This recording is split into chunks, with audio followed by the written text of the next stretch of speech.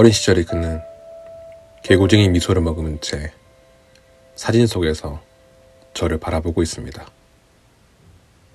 너그러운 눈동자에 단정한 입술을 다물고 환하게 웃으며 사진 속에서 저를 바라보고 있습니다. 오빠는 늘 머리가 아프다며 학교에 자주 결석했습니다. 공부 잘하고 성격 활발한 오빠는 친구가 무척 많았고 훤칠한 키와 잘생긴 얼굴 때문인지 여학생들에게도 인기가 많아서 집 앞엔 여학생 서너 명이 매일 오빠를 기다리곤 했습니다. 오빠는 학교에서 돌아오면 거의 집 밖에 나가지 않았습니다. 머리가 아파서 잘 나가지 않는다고 했지만 오빠는 제게만 말해주었습니다. 집 밖에는 덩치가 큰 남자가 서 있는데 그 남자는 자신을 노려보며 아무 곳에도 나가지 못하게 한다고 했습니다. 그렇지만 무척 이상했습니다. 집 밖에는 아무도 없고 조용하고 평화롭기만 한데 왜 오빠는 무서워하는지 알 수가 없었습니다. 오빠는 점점 더 이상해져 갔습니다. 고등학생이 된 제가 수학여행을 가게 되었을 때 오빠는 절대로 가선 안 된다며 심하게 반대를 했습니다. 꿈속에서 교통사고로 돌아가신 할아버지가 아무 말도 하지 않은 채 물끄러미 바라보다가 버스를 타고 가셨는데 그 버스에 있는 사람들이 모두 시커먼 옷을 입고 검은 눈동자만이 보여서 오싹한 느낌을 주었다고 했습니다. 저는 속상했지만 오빠의 말을 듣고 수학여행을 가지 않았습니다.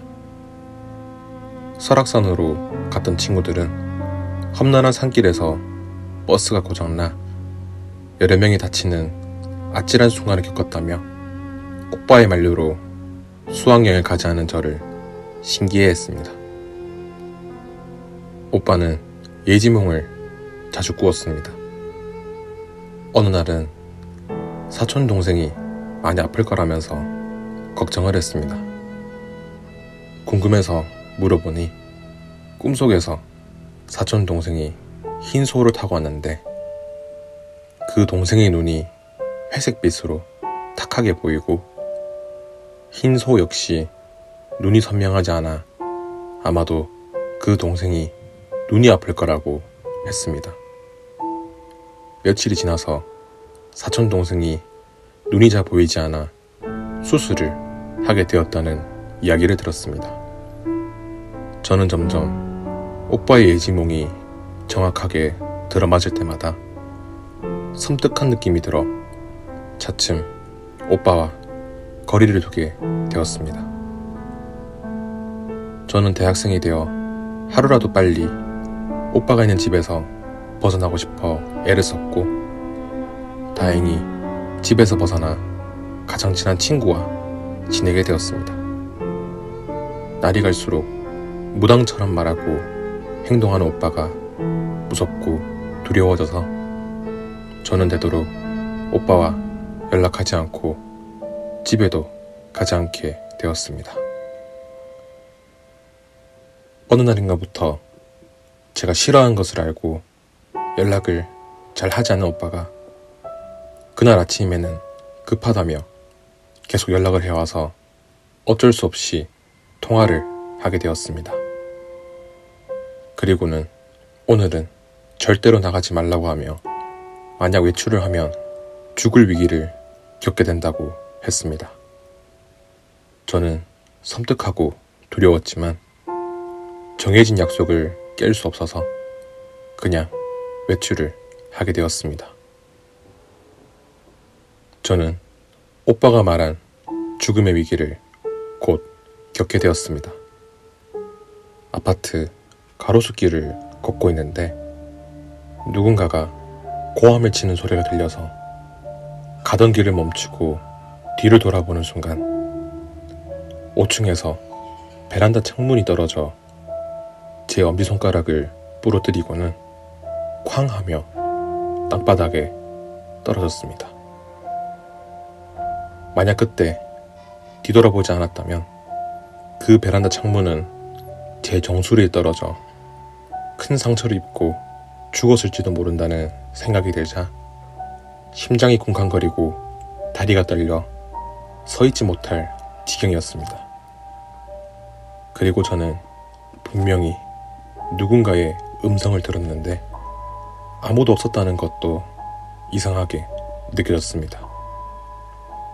저는 너무 놀라서 열이 펄펄 끓었고 그리고는 정신을 잃고 말았습니다. 오빠는 그 후로도 가끔 연락이 왔지만 저는 오빠의 오싹한 예지몽이 너무 두려워서 연락할 엄두를 내지 못했습니다. 어느 날 어머니로부터 이상한 말을 전해 들었습니다. 오빠가 갑자기 눈앞에 귀신이 있다고 난리쳐서 지금은 아예 검은 천으로 눈을 가린 채 지낸다는 것이었습니다. 저는 그 말을 듣고 집으로 가게 되었는데 그곳에서 마주친 오빠의 모습은 몹시 기괴했습니다. 늘 단정하고 훤칠했던 오빠의 이목구비는 헝클어지고 초췌해져 있었고 검은 천으로 눈을 가린 채 우두커니 앉아 있었습니다. 오빠는 제 목소리를 듣고 검은 천을 벗으며 저를 바라보았습니다. 오빠의 두 눈을 보고는 심장이 멎을 만큼 놀라고 말았습니다. 오빠의 두 눈은 벌겋다 못해 완전한 붉은색이었고 소름 끼치게 반짝였습니다. 마치 온몸의 기운이 눈으로 모아진 것처럼 붉은 빛으로 기괴하게 반짝였습니다. 오빠는 저를 보고 희미하게 웃으며 잘 지냈냐고 묻더니 제 뒤쪽을 가리키며 귀신이 저를 따라왔다고 말하면서 다시 검은 천으로 눈을 가렸습니다. 저는 두 눈을 가리는 오빠가 너무 궁금해서 왜 눈을 가리냐고 물었습니다. 오빠는 두 눈을 가리지 않으면 귀신들이 오빠에게 자꾸만 말을 하고 속삭이기 때문에 미칠 것 같다고 했습니다.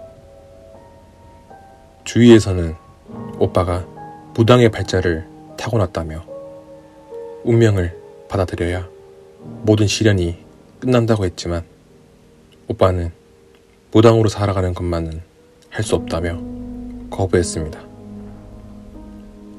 이상한 일은 또 일어났습니다. 오빠 대신 제가 예지몽을 꾸기 시작했습니다. 돌아가신 할머니가 나타나서 아무 말도 하지 않은 채 컴컴한 산속의 불빛을 가리켜서 가보니 그곳에는 무당이 입는 무복이 있었습니다. 잠이 들면 똑같은 꿈을 반복하는 것이 괴상한 일이었습니다. 이야기를 전해들은 오빠는 긴 망설임 끝에 검은 천을 벗고는 사람들을 바라보았습니다. 붉은 눈을 가진 용한 박수무당의 소문은 이내 사람들에게 알려져 오빠는 그토록 거부하던 무당으로 살아가게 되었습니다. 저는 더 이상 예지몽을 꾸지 않게 되었고 모두가 다시 평화로워졌습니다. 오빠는 오늘도 자신의 무구를 소중하게 닫고 있습니다. 박수무당인 오빠의 무구는 눈을 가릴 수 있는 부채와 귀신을 쫓는 방울입니다.